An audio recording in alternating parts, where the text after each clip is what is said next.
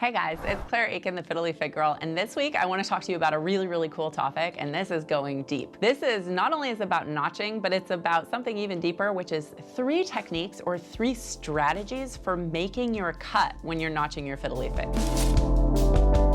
So the first technique I really think is the most common, and it's one that I don't really recommend. So basically in this technique, I call it slicing, where you just take a sharp implement and you slice on your Fiddle Leaf Fig, and it's maybe, people say 1/8 of an inch or 1/4 of an inch. You just basically make a cut on your Fiddle Leaf Fig.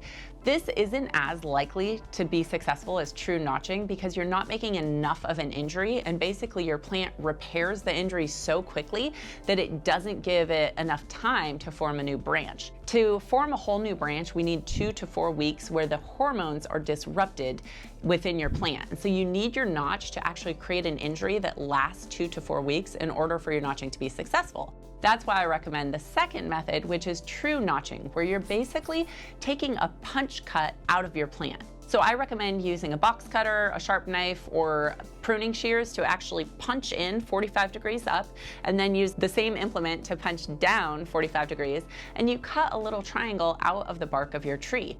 This creates substantial enough of an injury to disrupt the hormone flow for 2 to 4 weeks so that your plant can put out a new branch. And so a lot of times when people are not successful with notching, I think it's because they haven't created enough of an injury in the bark of their plant. And that's often due to slicing or creating a notch that isn't deep enough.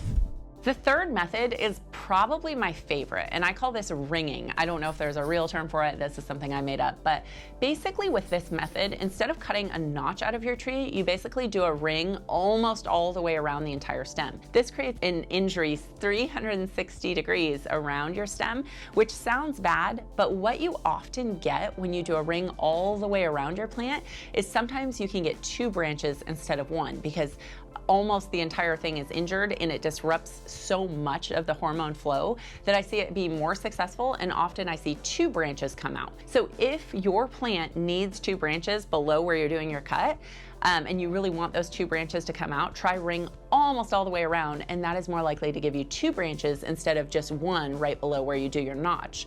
So it just kind of depends on where you want your branches to grow. I actually have a whole video on how to decide where to get your plant to branch, so check that out if you're interested. But if your plant would really benefit from 2 new branches, try ringing because I do see more success when people do that. So those are the 3 kind of strategies or techniques when notching your plant for making those cuts. I hope it was helpful. Please share your strategies with me or your techniques because I'd love to learn more. And if this video was helpful and you want to learn more about notching, please subscribe to our channel. Thanks, and I'll see you next time.